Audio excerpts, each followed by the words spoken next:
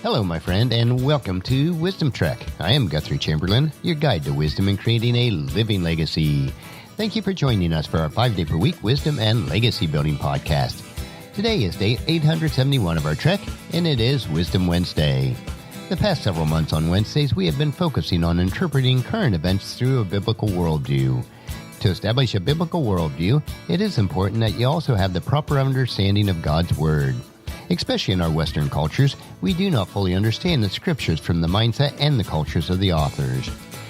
In order to help us all have a better understanding of some of the more obscure passages in God's Word, we are investing Wisdom Wednesdays reviewing a series of essays from one of today's most prominent Hebrew scholars, Dr. Micheal S. Heiser.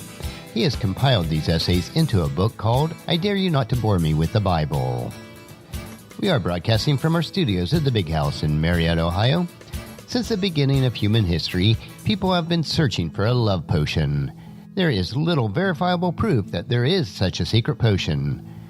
There is an odd potion in the Old Testament, though, that seems a bit strange. In today's essay, we want to look at Numbers chapter 5, where God gave Moses a recipe for what we will call Love Potion Numbers 5. When was the last time that you heard a sermon on Numbers chapter 5, verses 11 through 31? Chances are you never have. One of the things that Dr. Heiser enjoys telling people in conversations about Bible study is that if it is weird, it's probably important. This passage certainly qualifies for both respects. The strangeness of this passage is easily detectable, but only careful Bible study makes its importance apparent. Numbers chapter 5 verses 11 through 31 describes a water ritual to determine the guilt or innocence of a woman suspected of adultery. Let me read this passage so that you'll have a bit of understanding about this strange ritual.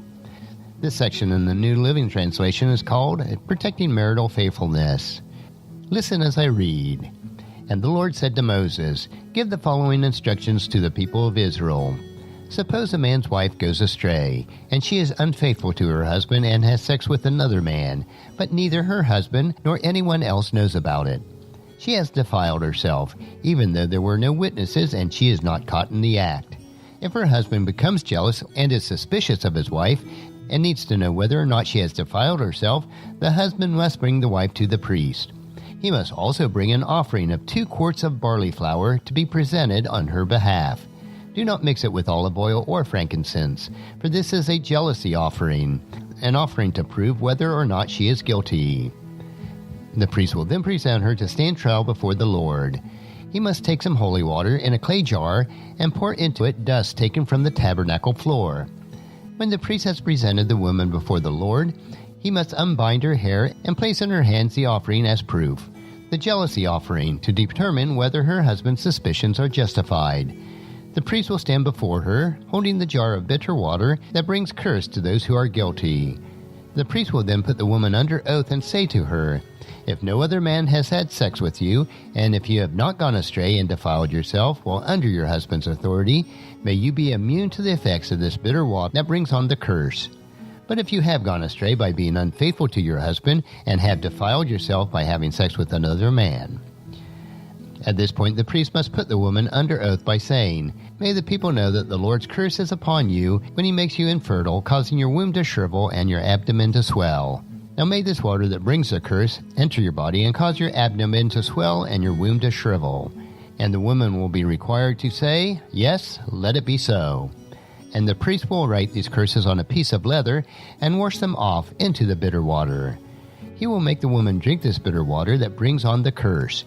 When the water enters her body, it will cause bitter suffering if she is guilty. The priest will take the jealousy offering from the woman's hand and lift it up before the Lord and carry it to the altar. He will take a handful of flour as a token portion and burn it on the offering, and he will require the woman to drink the water. If she has defiled herself by being unfaithful to her husband, the water will bring on a curse and will cause bitter suffering. Her abdomen will swell and her womb will shrink, and her name will be a curse among her people. But if she has not defiled herself and is pure, then she will remain unharmed and still be able to have children. This is the ritual law for dealing with suspicion. If a woman goes astray and defiles herself while under her husband's authority, or if a man becomes jealous and is suspicious that his wife has been unfaithful, the husband must present his wife to the Lord, and the priest will apply the entire ritual law to her. The husband will be innocent of any guilt in this matter, but his wife will be held accountable for her sin. And that concludes the reading of Numbers chapter 5, verses 11 through 31. Since the instructions in number 5 were given by God, the water ordeal is a means of divination, whereby it is expected that God will use this ritual to answer the question that humans cannot. That the Israelites could use such divination comes at no surprise, as the high priest had the Urim and Thummim at his disposal, and various biblical characters utilized casting of lots for discerning the mind of God on a matter. This passage provides a useful starting point for discussing why biblical characters were permitted to practice divination at all, when elsewhere such methods are condemned, such as Deuteronomy chapter 18, verses 9 through 14. But let's focus on one practical implication of this passage.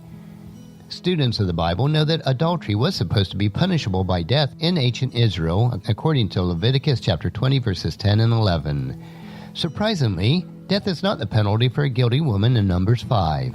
The normal Hebrew word for adultery, the word used in connection with the death penalty, does not occur in this passage, to put a further distance between it as being a capital crime. So why the discrepancies? The answer lies in the fact that the guilty woman was not discovered in the act of adultery. Since this is the case, the community, and particularly the angry husband, is effectively prohibited by the law because this potion is taking the matters into its own hands. This would serve as a protection for women suspected of adultery, or who might be a target of someone's animosity or jealousy. The point is that secret adultery can and will be punished only by God, but not as a capital crime. And that concludes our essay for today. Next Wisdom Wednesday we'll continue in the Old Testament as we look at Dr. Heiser's next essay titled, Is My Bible Right? I believe you'll find this another interesting topic to consider as we build a biblical worldview. Tomorrow we will continue with our 3-minute humor nugget that will provide you with a bit of cheer, which will help you to lighten up and live a rich and satisfying life.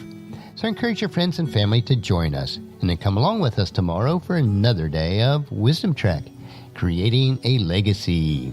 If you'd like to listen to any of the past 870 treks or read the Wisdom Journals, they are available at wisdom-trek.com.